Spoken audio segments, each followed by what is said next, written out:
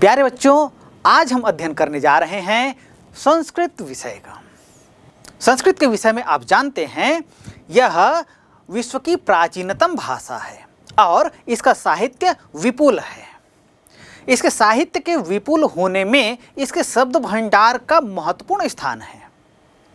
प्यारे बच्चों, आप सभी जानते हैं संस्कृत में मूल धातु, उपसर्ग, प्रत्यय और सार्थक शब्द होते हैं। ये जो सार्थक शब्द होते हैं इन्हें ही हम प्रातिपदिक के नाम से जानते हैं। ये प्रातिपदिक जो हैं ये दो प्रकार के होते हैं। कौन कौन से? ये होते हैं एक स्वरांत और दूसरा व्यंजनांत। प्यारे बच्चों, यहाँ आप देखेंगे ये जो स्वरांत हैं इनकी गणना कैसे करेंगे, इसके विषय में हम कैसे जानते हैं। आपने पिछली कक्षाओं में अध्ययन किया है माहेश्वर सूत्र का। माहेश्वर सूत्र 14 प्रकार के होते हैं। कौन कौन से होते हैं इसके विषय में आप भली भांति जानते हैं। हाँ, कौन कौन से हैं? वे हैं अ ई ऊण, रील री क, ए ओंग, ऐ औच, ह य व र ट, ल ण, य म ग ण न म, झ भ य, घ ड ध स, ज ब ग ड द स, ख फ छ ठ च ट त व, क प य, स श स र, ह ल। तो इस तरह से ये 14 माहेश्वर सूत्र हैं। और अभी हमने चर्चा की थी स्वरांत की। स्वरांत जो होते हैं इन्हें ही हम अजंत के नाम से भी जानते हैं। अजंत क्यों कहते हैं इसका उत्तर भी आपको इस माहेश्वर सूत्र से मिलेगा। आप देख रहे हैं ये जो माहेश्वर सूत्र 14 जो आपके सामने हैं, इसमें जो प्रथम सूत्र है अ ई ऊण और द्वितीय सूत्र है रील री क, तृतीय सूत्र है ए ओंग, चतुर्थ सूत्र है ऐ औ च। तो अ से लेकर च तक ये एक प्रत्याहार बनता है और इसके ही हम अच के नाम से जानते हैं। और अच धन अंत इति अजंत, अर्थात ऐसे शब्द जो स्वर से अंत होते हैं वे स्वरांत कहलाते हैं। इन स्वरांत जो शब्द ये जो स्वरांत शब्द हैं इनके शब्द रूपों के विषय में आप लोगों ने भली भांति अध्ययन किया है पहले। इसी तरह से ये जो व्यंजनांत हैं इसको हम हल्के नाम से जानते हैं। माहेश्वर सूत्र जो हैं उनमें आप आगे के जो सूत्र हैं उनमें देखिए ह से लेकर अंतिम सूत्र जो है ल तक, ह ल, तो इससे हल प्रत्याहार बनता है।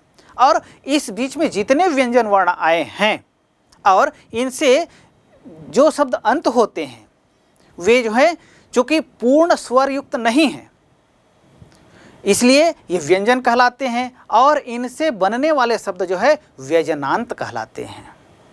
तो प्रातिपदिक के मुख्य दो भेद हुए स्वरांत और व्यंजनांत। ये जो शब्द बनते हैं स्वरांत और व्यंजनांत, इनके रूप कैसे बनेंगे?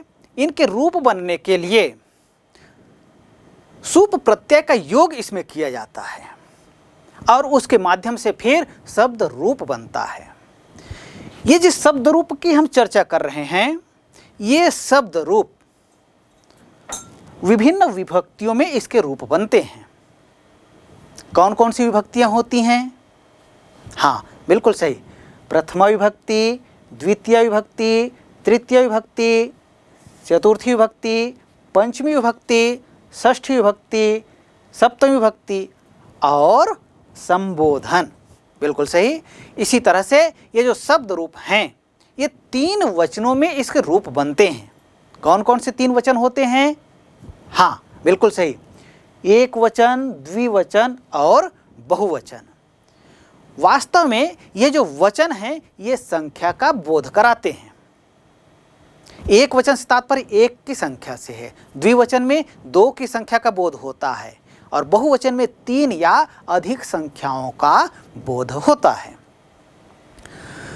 प्यारे बच्चों, आप लोगों ने पिछली कक्षाओं में विभिन्न शब्द रूपों का अध्ययन किया है।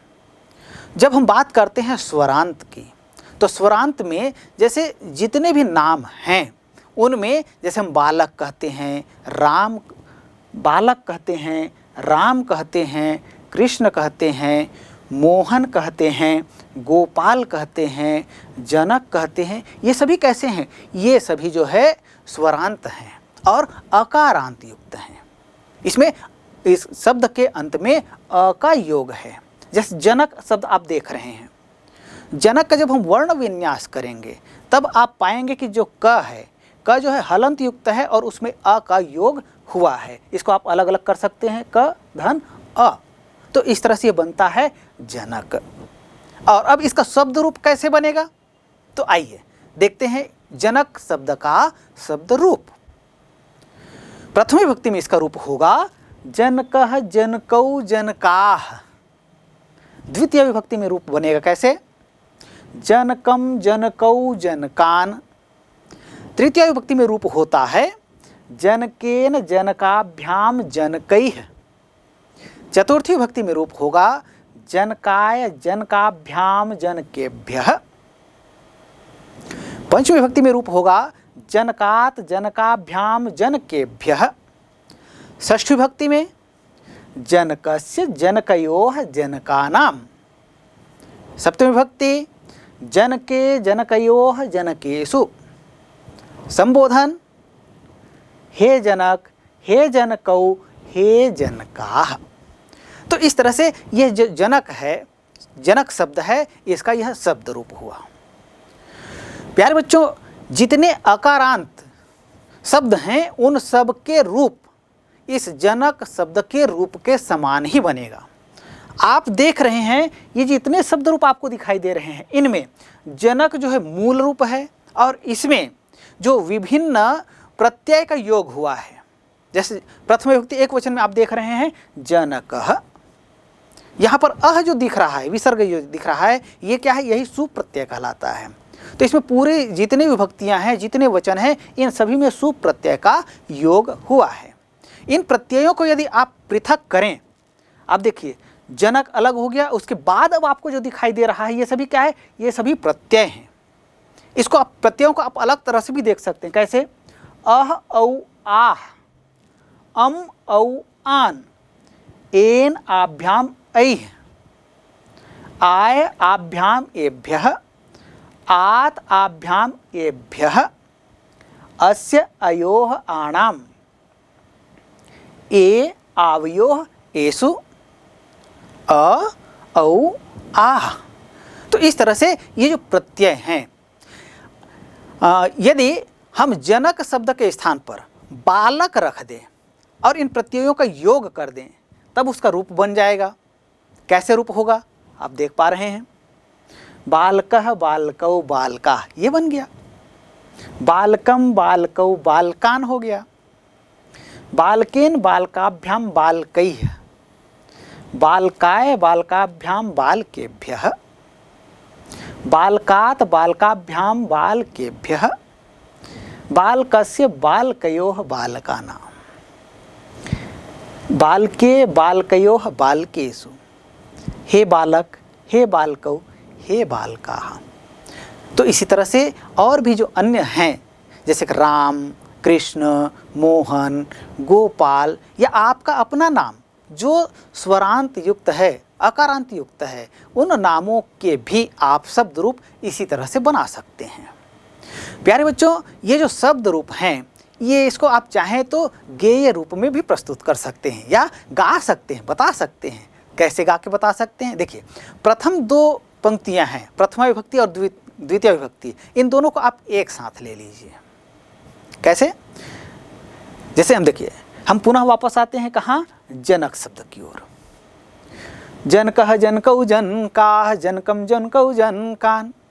देखिए गीत रूप में लग रहा है ना? हाँ, बिल्कुल ऐसे ही आप भी कर सकते हैं। प्रथम दो पंक्तियों को, प्रथम विभक्ति और द्वितीय विभक्ति को एक साथ बोलिएगा, तृतीय चतुर्थी को एक साथ लें, पंचमी और षष्ठी को एक साथ लें, सप्तमी और संबोधन को एक साथ लें।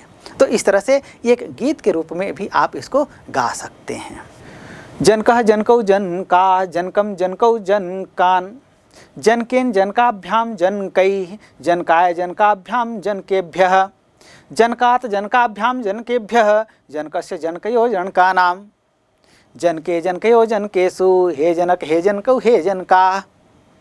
तो इस तरह से आप इसको प्रस्तुत कर सकते हैं। शब्द रूप में आपको ध्यान रखना है। क्या ध्यान रखेंगे? कुछ शब्द के जो रूप हैं उनमें कुछ समानताएं हैं। क्या समानताएं हैं? जैसे आप प्रथम विभक्ति देख रहे हैं और द्वितीय विभक्ति देख रहे हैं, दोनों का द्विवचन का रूप आप देखें बिल्कुल एक है। दोनों स्थान पर जनकौ, अर्थात कोई भी शब्द आप देखेंगे उसमें प्रथमा और द्वितीय विभक्ति दोनों का द्विवचन जो है सदैव एक समान देखने को मिलेगा आपको। इसी तरह से तृतीया, चतुर्थी और पंचमी विभक्ति का द्विवचन का जो रूप है ये भी सदैव एक सा है। जैसे यहाँ आप देख रहे हैं क्या, जनकाभ्याम, पुनः जनकाभ्याम और फिर जनकाभ्याम। तो तृतीया, चतुर्थी और पंचमी तीनों के द्विवचन में एक ही रूप का प्रयोग हुआ है। इसी तरह से आप देखेंगे चतुर्थी विभक्ति और पंचमी विभक्ति का बहुवचन का रूप दोनों बिल्कुल एक जैसा लग रहा है ना। क्या है? जनकेभ्यः चतुर्थी विभक्ति बहुवचन में भी लिखा हुआ है और पंचमी विभक्ति बहुवचन में भी लिखा हुआ है जनकेभ्यः। तो ये रूप सदैव एक सा मिलेगा, चाहे कोई भी शब्द हो, स्वरांत हो, व्यजनांत हो, उसमें भी आप देखेंगे तो चतुर्थी और पंचमी बहुवचन का रूप जो है जनकेभ्यः जैसा एक जैसा दिख रहा है दोनों में, उसी तरह से आपको एक सा ही देखने को मिलेगा। इसी तरह से आप आगे देख रहे हैं षष्ठी विभक्ति और सप्तमी विभक्ति दोनों का द्विवचन का रूप, दोनों के द्विवचन के रूप में भी समानता है, एक ही है। क्या लिखा हुआ है? जनकयोः, षष्ठी विभक्ति द्विवचन में भी और सप्तमी विभक्ति द्विवचन में भी जनकयोः इस पद का प्रयोग हुआ है। तो इसी तरह से अन्य भी जो शब्द हैं उनके भी जब शब्द रूप आप बनाएंगे तो आप उसमें पाएंगे कि प्रथमा विभक्ति और द्वितीय विभक्ति के द्विवचन के जो रूप हैं वो एक जैसे देखने को मिलेंगे। इसी तरह से तृतीया, चतुर्थी और पंचमी विभक्ति के द्विवचन के रूप सदैव एक से होंगे और चतुर्थी और पंचमी विभक्ति बहुवचन का रूप भी सदैव एक सा आपको देखने को मिलेगा। इसी तरह से षष्ठी और सप्तमी विभक्ति द्विवचन का रूप भी सदैव एक सा होता है। और ये जो स्वरांत होते हैं इनमें संबोधन होता है और ये संबोधन का जो रूप होता है वो बिल्कुल प्रथमा विभक्ति के रूप जैसा होता है। जैसे आप देख रहे हैं जनकः, जनकौ, जनकाः, या प्रथमा विभक्ति में देख रहे हैं। इसी तरह से आप संबोधन में देख रहे हैं, क्या देख रहे हैं? हे जनक, हे जनकौ, हे जनकाः। तो ये रूप जो है एक से होते हैं। प्यारे बच्चों, अभी जिस तरह से हमने अकारांत स्वरांत शब्द का शब्द रूप देखा, इसी तरह से ईकारांत में भी अनेक शब्द आपको देखने को मिलता है। उन शब्दों के भी शब्द रूप आप इस तरह से बना सकते हैं। अकारांत और इकारांत में कहीं कहीं कुछ भेद होता है। कैसे भेद होता है, कहाँ पर भेद होता है या कहाँ परिवर्तन होता है, आइए इस विषय में हम अध्ययन करेंगे। तो अभी हम चर्चा करेंगे शब्द रूप कवि का। कवि आप देख रहे हैं, इसका जैसे कि आप वर्ण विन्यास करेंगे तो व के साथ में ई स्वर का योग हुआ है, इसलिए यह अकारांत इकारांत स्वरांत शब्द है। इसका शब्द रूप कैसे बनेगा? इसका भी शब्द रूप उसी तरह से बनेगा जैसा जनक का बना था। मतलब प्रथमा विभक्ति, द्वितीय विभक्ति, तृतीया, चतुर्थी, पंचमी, षष्ठी, सप्तमी और संबोधन, इन विभक्तियों में इसके रूप बनेंगे और वो भी एक वचन, द्विवचन और बहुवचन के रूप में। तो आइए देखते हैं कवि शब्द का शब्द रूप। प्रथमा विभक्ति में इसका रूप होगा कवि, कवि, कवयः। द्वितीय विभक्ति में रूप होता है कविम, कवि, कवीन तृतीय विभक्ति में इसका रूप होगा कविना कविभ्याम कविभिः। चतुर्थी विभक्ति कवये कविभ्याम कविभ्यः। पंचमी विभक्ति कवेः कविभ्याम कविभ्यः। षष्ठी विभक्ति कवेः कव्योः कवीनाम। सप्तमी विभक्ति कवौ कव्योः कवीषु। संबोधन, हाँ यहाँ पर संबोधन में थोड़ा परिवर्तन होता है। जैसे प्रथम विभक्ति में हमने देखा था कवि, तो यहाँ पर संबोधन में हो जाता है वो हे कवे, हे कवे, हे कवि, हे कवयः। तो इस तरह से कवि शब्द के पूरी विभक्तियों में और तीनों वचनों में इसके रूप इस तरह से बनते हैं। देखिए, आप इसको गाकर भी पढ़ सकते हैं या शीघ्रता से भी पढ़ सकते हैं। पढ़ने के अलग अलग तरीके हो सकते हैं। आपको जैसा सुविधाजनक लगता है आप उस अनुसार से पढ़ सकते हैं। पढ़ने का एक तरीका यह भी हो सकता है कवि कवि कवयः कविम कवि कवीन कविना कविभ्याम कविभिः कविये कविभ्याम कविभ्यः कवेः कविभ्याम कविभ्यः कवेः कव्योः कवीनाम कवौ कव्योः कवीषु हे कवे हे कवि हे कवयः। तो इस तरह से आप पढ़ सकते हैं। और चाहें तो आप इसको गाकर पढ़ना चाहें तो जैसे कि अभी हमने चर्चा किया था कि दो दो पंक्तियों को, प्रथम विभक्ति और द्वितीय विभक्ति को एक साथ आप बोल लीजिए, तृतीय और चतुर्थी को, इसी तरह से पंचमी और षष्ठी और सप्तमी और संबोधन को आप इस तरह से एक साथ करके भी गाकर पढ़ सकते हैं। कैसे, आइए देखते हैं। कवि कवि कवयः कविम कवि कवीन कविना कविभ्याम कविभिः कविये कविभ्याम कविभ्यः कवेः कविभ्याम कविभ्यः कवेः कव्योः कवीनाम कवौ कव्योः कवीषु हे कवे हे कवि हे कवयः। तो इस तरह से आप कर सकते हैं। प्यारे बच्चों, आप यहाँ पर यह भी देखेंगे कि जिस तरह से विशेषता मैंने जनक के शब्द रूप में बताया था वही चीज़ें आपको यहाँ भी देखने को मिल रही हैं। प्रथम विभक्ति और द्वितीय विभक्ति का द्विवचन का जो रूप है वो एक जैसा है। दोनों स्थान पर आप देख रहे हैं लिखा हुआ है कवि। तो कोई भी शब्द हो उसमें परिवर्तन नहीं होता, ये सदैव एक जैसा ही आपको देखने को मिलेगा। इसी तरह से तृतीय विभक्ति, चतुर्थी और पंचमी का जो रूप है वो भी सदैव एक सा मिलता है द्विवचन में, कविभ्याम कविभ्याम कविभ्याम, ये है।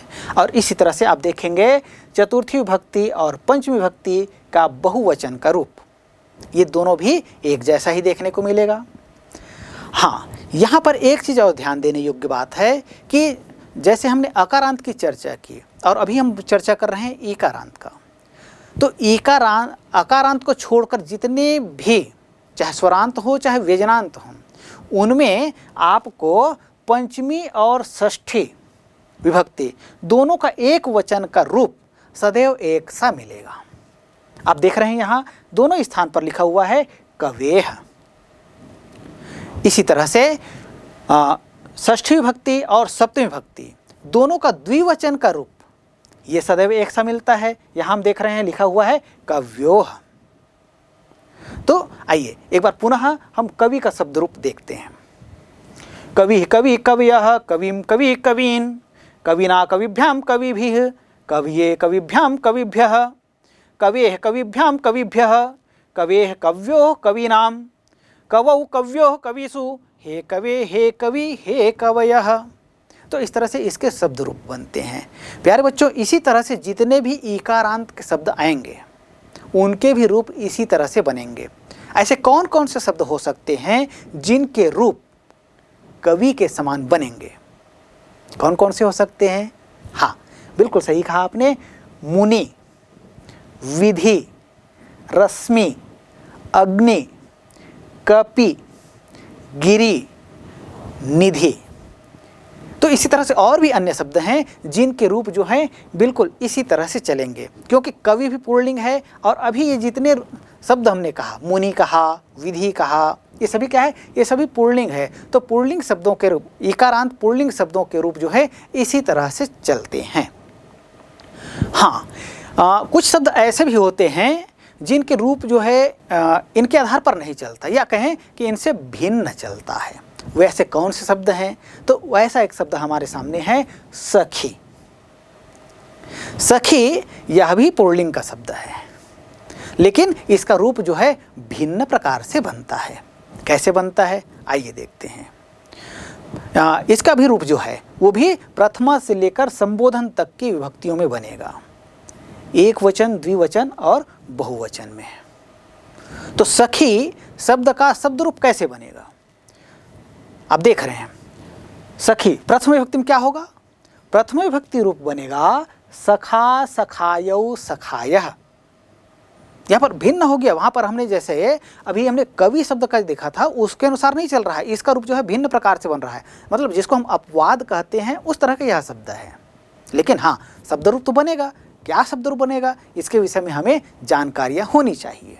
तो आइए पुनः एक बार देखते हैं सखी शब्द का शब्द रूप। प्रथम विभक्ति सखा, सखायौ, सखायः। द्वितीय विभक्ति सखायम, सखायौ, सखीन। तृतीय विभक्ति सखा, सखिभ्याम, सखीभिः। चतुर्थी विभक्ति सख्ये, सखिभ्याम, सखिभ्यः। पंचमी विभक्ति सख्युः, सखिभ्याम, सखीभ्यः। षष्ठी विभक्ति सख्युः, सख्योः, सखीनाम। सप्तमी विभक्ति सख्यौ, सख्योः, सखीसु। संबोधन हे सखे, हे सखायौ, हे सखायः। तो इस तरह से सखी शब्द का शब्द रूप इस तरह से बनता है। यहाँ भी आप वही विशेषता देख रहे हैं, प्रथमा विभक्ति और द्वितीय विभक्ति दोनों का द्विवचन जो रूप है वो एक जैसा है, सखायौ यह रूप बना है। जैसे जनक का जनकौ बनता है उसी तरह से सखी का सखायौ यह रूप बनता है। तृतीया, चतुर्थी और पंचमी विभक्ति के द्विवचन के जो रूप हैं ये एक जैसे हैं, सखिभ्याम, सखिभ्याम और सखिभ्याम। अब देख रहे हैं चतुर्थी और पंचमी विभक्ति बहुवचन का रूप दोनों एक जैसा है, सखिभ्यः, सखीभ्यः। पंचमी विभक्ति और षष्ठी विभक्ति चूँकि ये आकारांत नहीं है, यह एकारांत है, तो आकारांत को छोड़कर जितने भी शब्द रूप हैं उन सभी में पंचमी और षष्ठी दोनों का रूप एक जैसा देखने को मिलता है हमें स्वरांत शब्दों में। तो सख्युः और षष्ठी विभक्ति में भी दिख रहा है हमें सख्युः। इसी तरह से षष्ठी विभक्ति और सप्तमी विभक्ति, सप्तमी विभक्ति, इन दोनों में आप दोनों के रूप देख रहे हैं वो एक जैसे हैं द्विवचन में, सख्योः और सख्योः। तो इस तरह से हम देखते हैं सखी शब्द का यह शब्द रूप हुआ। एक बार पुनः अभ्यास करते हैं। सखा, सखायौ, सखायः। सखायम, सखायौ, सखीन। सख्या, सखिभ्याम, सखीभिः। सख्ये, सखिभ्याम, सखीभ्यः। सख्युः, सखिभ्याम, सखीभ्यः। सख्युः, सख्योः, सखीनाम। सख्यौ, सख्योः, सखीसु। हे सखे, हे सखायौ, हे सखायः। तो प्यारे बच्चों, अभी हमने अध्ययन किया ईकारांत स्वरांत शब्दों का। अब हम आगे अध्ययन करेंगे ईकारांत शब्दों का। प्यारे बच्चों, अभी हमने ईकारांत पुल्लिंग शब्द का रूप देखा। आइए ईकारांत स्त्रीलिंग शब्दों के रूप पर भी हम चर्चा करते हैं, क्योंकि इसके रूप में थोड़ी सी भिन्नता होती है। ईकारांत स्त्रीलिंग शब्द में जैसे हम देखते हैं प्रीति, प्रीति का तात्पर्य होता है प्रेम। प्रीति इसका शब्द रूप कैसे बनेगा? इसका भी शब्द रूप प्रथमा से लेकर संबोधन तक और एक वचन, द्विवचन, बहुवचन तीनों वचनों में इसके रूप बनते हैं। किस तरह से इसके रूप बनेंगे आइए देखते हैं। प्रथम विभक्ति में इसका रूप बनेगा प्रीति, प्रीति, प्रीतयः। द्वितीय विभक्ति में इसका रूप होगा प्रीतिम, प्रीति, प्रीति। यहाँ पर प्रीति विसर्ग आ जाएगा यहाँ पर। तृतीय विभक्ति में रूप होगा प्रीत्या, प्रीतिभ्याम, प्रीतिभिः। चतुर्थी विभक्ति में इसका रूप होगा, देखिए चतुर्थी विभक्ति में दो रूप होंगे इसके। जैसे हमने कवि का रूप देखा था उसी तरह से यहाँ पर भी इसका दोनों रूप बनेंगे, प्रीत्ययी और प्रीतये, ये दोनों रूप जो है चतुर्थी विभक्ति एक वचन में बनेगा। यहाँ ध्यान दीजिएगा, प्रीति यह जो शब्द है इसमें चतुर्थी विभक्ति, पंचमी विभक्ति और षष्ठी विभक्ति का एक वचन का जो रूप है ये दो दो तरह के रूप बनते हैं। आइए उन सबको हम देखेंगे। पुनः एक बार देखते हैं प्रथम विभक्ति से। प्रीति प्रीति प्रीतयः, द्वितीय विभक्ति होगा प्रीतिम प्रीति प्रीतिः, तृतीय विभक्ति का रूप होगा प्रीत्या प्रीतिभ्याम प्रीतिभिः। चतुर्थी विभक्ति में दो रूप होंगे, प्रथम एक वचन में प्रीत्यै प्रीतये, प्रीत्यै प्रीतये प्रीतिभ्याम प्रीतिभ्यः। पंचमी विभक्ति में प्रीत्याः प्रीतेः, ये दोनों रूप बनेगा एक वचन में, प्रीत्याः प्रीतेः प्रीतिभ्याम प्रीतिभ्यः। षष्ठी विभक्ति में प्रीत्याः प्रीतेः प्रीत्योः प्रीतिनाम। सप्तमी विभक्ति में प्रीत्याम प्रीतौ प्रीत्योः प्रीतिषु, हे प्रीते हे प्रीति हे प्रीतयः। तो इस तरह से इसके रूप बनेंगे। ध्यान दीजिएगा, यहाँ पर चतुर्थी विभक्ति, पंचमी विभक्ति, षष्ठी विभक्ति और सप्तमी विभक्ति, इसमें इसके दोनों रूप दो दो रूप बने हैं एक वचन में। शेष समानताएं उसी तरह से हैं जैसे पहले थीं। जैसे आप देख रहे हैं प्रथम विभक्ति और द्वितीय विभक्ति दोनों में प्रीति ईकारांत रूप है और वो रहेगा। माने जितने भी शब्द रूप हैं उन सभी में प्रथम विभक्ति और द्वितीय विभक्ति द्विवचन का रूप एक जैसा रहता है। अब वो यहाँ देखने को मिल रहा है। इसी तरह से तृतीय चतुर्थी पंचमी विभक्ति के द्विवचन का जो रूप है वो भी एक सा ही है। आप देख रहे हैं चतुर्थी विभक्ति और पंचमी विभक्ति बहुवचन का रूप, ये भी एक सा है, प्रीतिभ्यः। पंचमी विभक्ति और षष्ठी विभक्ति एक वचन के रूप में समानता होती है। यहाँ देख रहे हैं प्रीत्या प्रीतेः, प्रीत्याः और प्रीतेः, इसका प्रयोग जो है पंचमी विभक्ति और षष्ठी विभक्ति एक वचन में दोनों जगह हुआ है। इसी तरह से षष्ठी विभक्ति और सप्तमी विभक्ति द्विवचन का रूप आप देख रहे हैं, दोनों ही स्थान पर एक ही शब्द का प्रयोग हुआ है और वह शब्द है प्रीत्योः। प्रीत्योः षष्ठी विभक्ति में भी है और सप्तमी विभक्ति में भी प्रयुक्त हुआ है। तो इस तरह से इन शब्द रूपों में कुछ समानताएं हैं। इन समानताओं को यदि हम ध्यान में रखें तो इन शब्द रूपों के विषय में जानकारियां प्राप्त करने में सरलता होगी। इनको हम सरलता से स्मरण कर सकते हैं। इसी तरह से जैसे हमने प्रीति शब्द का शब्द रूप भी देखा, इसी तरह से और भी इकारांत के शब्द हैं, उनके रूप भी इसी तरह से बनेंगे। ऐसे कौन कौन से शब्द हो सकते हैं? देखिए, बहुत से शब्द हो सकते हैं, उनके विषय में आप भी भली भांति परिचित हैं, आप जानते हैं। जैसे श्रुति, भूति, गति, स्तुति, प्रकृति, रुचि और भी बहुत सी शब्द हैं जिनके रूप जो हैं अभी हमने जब प्रीति का रूप देखा, प्रीति शब्द का शब्द रूप देखा, उसी तरह से इन शब्दों के रूप भी इसी तरह से बनेंगे। प्यारे बच्चों, ये तो चर्चा हो गई ईकारांत की। अब हम चर्चा करेंगे ईकारांत, जिसको हम कहते हैं दीर्घ ई कहते हैं, उसका रूप कैसे बनेगा। तो जैसे दीर्घ ईकारांत में कौन कौन से शब्द आते हैं, इनका परिचय आपको होना चाहिए पहले। जैसे हम प्रयुक्त करते हैं कुमारी कहते हैं, ये क्या हुआ? कुमारी जो है, अब हम लिखेंगे तो कैसे लिखेंगे? र में ई की मात्रा दीर्घ ई का प्रयुक्त होता है वहाँ पर। तो कुमारी, इसका शब्द रूप हमको बनाना है। इसका शब्द रूप कैसे बनेगा? इसका भी शब्द रूप वैसा ही बनेगा जैसे अभी हमने अन्य शब्दों के शब्द रूप बनाए हैं। प्रथमा से लेकर संबोधन तक की विभक्तियाँ होंगी और एक वचन, द्विवचन और बहुवचन होंगे, इनमें इसके रूप बनेंगे। तो कुमारी शब्द का शब्द रूप कैसे बनेगा, आइए देखते हैं। प्रथम विभक्ति में देखते हैं कुमारी, कुमार्यौ, कुमार्यः, ये इसका रूप बना। द्वितीय विभक्ति में क्या होगा? कुमारीम, कुमार्यौ, कुमारीः। तृतीय विभक्ति में कुमार्या, कुमारीभ्याम, कुमारीभिः। चतुर्थी विभक्ति में कुमार्यै, कुमारीभ्याम, कुमारीभ्यः। पंचमी विभक्ति में देखते हैं कुमार्याः कुमारीभ्याम कुमारीभ्यः। षष्ठी विभक्ति में कुमार्याः कुमार्योः कुमारीणाम।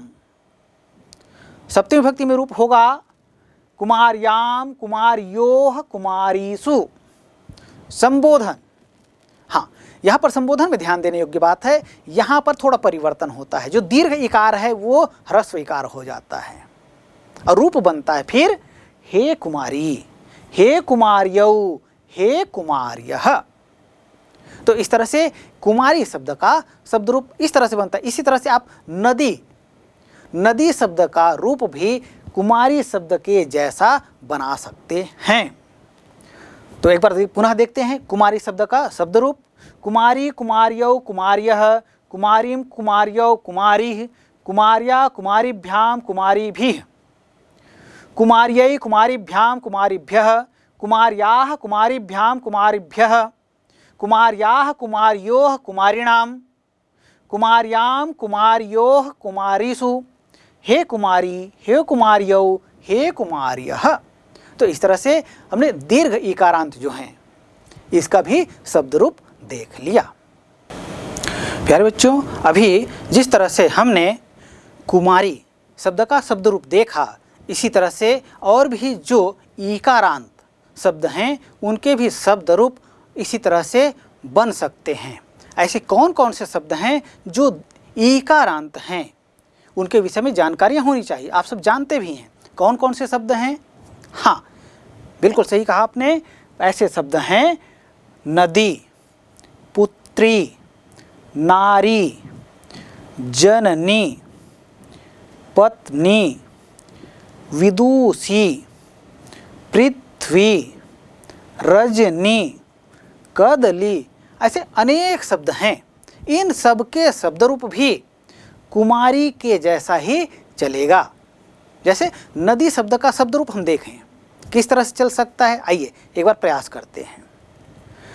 नदी नद्यौ नद्यः, नदीं नद्यौ नदीः, नद्या नदीभ्यां नदीभिः, नद्यै नदीभ्यां नदीभ्यः, नद्याः नदीभ्यां नदीभ्यः, नद्याः नद्योः नदीनां, नद्यां नद्यौ नद्यां नद्योः नदीषु, हे नदी, हे नद्यौ, हे नद्यः।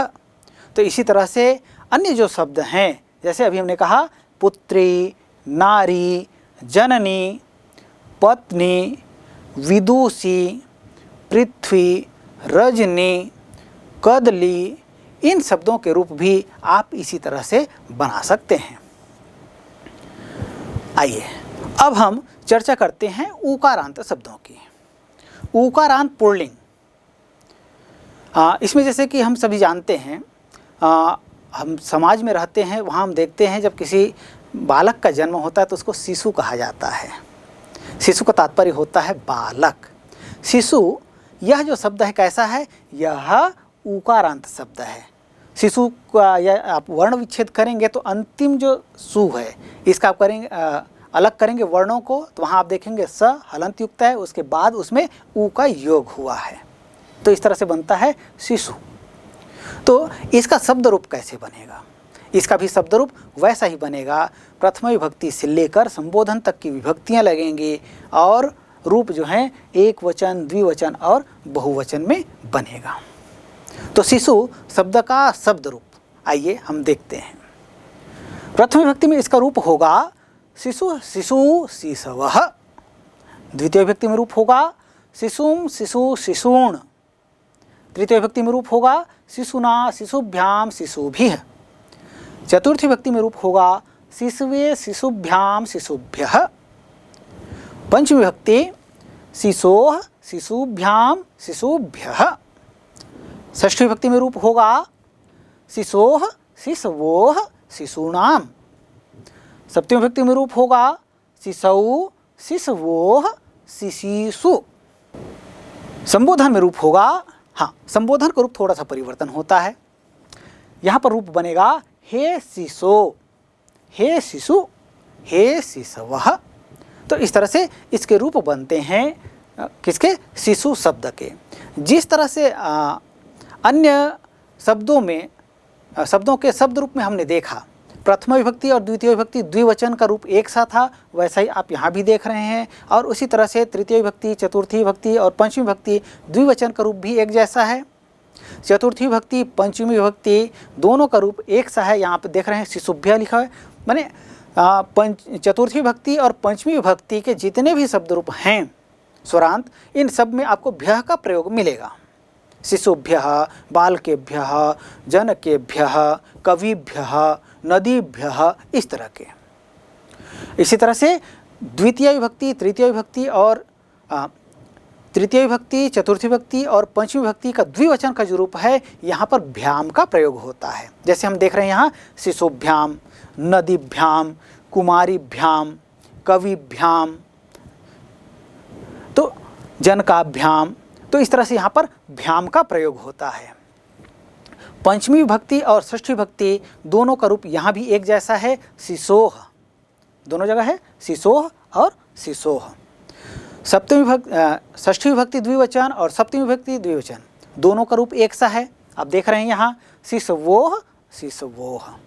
तो इस तरह से कुछ समानताएं हैं, इन समानताओं को हमको ध्यान में रखना है और इसके आधार पर यह जो शब्द रूप बना किसका? शिशु शब्द का। इसी तरह से और भी अन्य जो उकारांत शब्द हैं, उकारांत पुल्लिंग शब्द जितने भी होंगे, उन सब के रूप भी इसी तरह से शिशु शब्द के समान ही उनके रूप बनेंगे। तो ऐसे कौन कौन से शब्द हो सकते हैं जो उकारांत पुल्लिंग है, उनके विषय में आप जानते हैं कौन कौन से शब्द हैं? हाँ, ऐसे शब्द हैं बिंदु, वायु, गुरु, बंधु, भानु, बाहु, प्रभु, ऋतु और साधु। ये ऐसे शब्द हैं जो उकारांत हैं, पुल्लिंग है, और इन शब्दों के रूप भी शिशु के समान ही चलेंगे। प्यारे बच्चों, ये शब्द हैं कुछ शब्द आज हमने शब्द रूप के अंतर्गत अध्ययन किया है। इनके रूप कैसे बनते हैं, इनके विषय में जानकारियाँ प्राप्त की। ध्यान रखिएगा, परीक्षा में इनसे संबंधित विभिन्न तरह के प्रश्न पूछे जाते हैं। किस तरह के प्रश्न पूछे जाते हैं? जैसे कोई भी एक शब्द दिया जाए, उसका आपको विभक्ति और वचन पहचानने के लिए कहा जा सकता है। जैसे एक शब्द पूछ दिया गया शिशोह, इसका आपको विभक्ति बताना है और वचन बताना है। तो आपको यदि आप शब्द रूप को भली भांति जानते हैं, तब तो निश्चित रूप से सही उत्तर दे पाएंगे। तो इसके लिए हमको ये शब्द रूप क्या है जानना होगा। तो शिशोह, यह शब्द आप देख रहे हैं यहाँ पर पंचमी विभक्ति और षष्ठी विभक्ति दोनों में प्रयुक्त हुआ है। तो आप यदि पंचमी विभक्ति लिखते हैं तब भी सही है, और षष्ठी विभक्ति लिखते हैं तब भी वह सही है। और वचन पूछा गया है, वचन भी बताना है। तो पंचमी विभक्ति और षष्ठी विभक्ति दोनों स्थान पर इसका प्रयोग हुआ है, और दोनों स्थान पर इसका प्रयोग जो है एक वचन में हुआ है। तो आप उत्तर दे सकते हैं पंचमी विभक्ति और षष्ठी विभक्ति दोनों में एक वचन में यह प्रयुक्त होता है। तो इस तरह से आप बिल्कुल सही बता पाएंगे। इसी तरह से कभी कभी परीक्षा में किसी शब्द विशेष को लेकर उसके किसी एक विभक्ति के तीनों वचनों को पूछ दिया जाता है।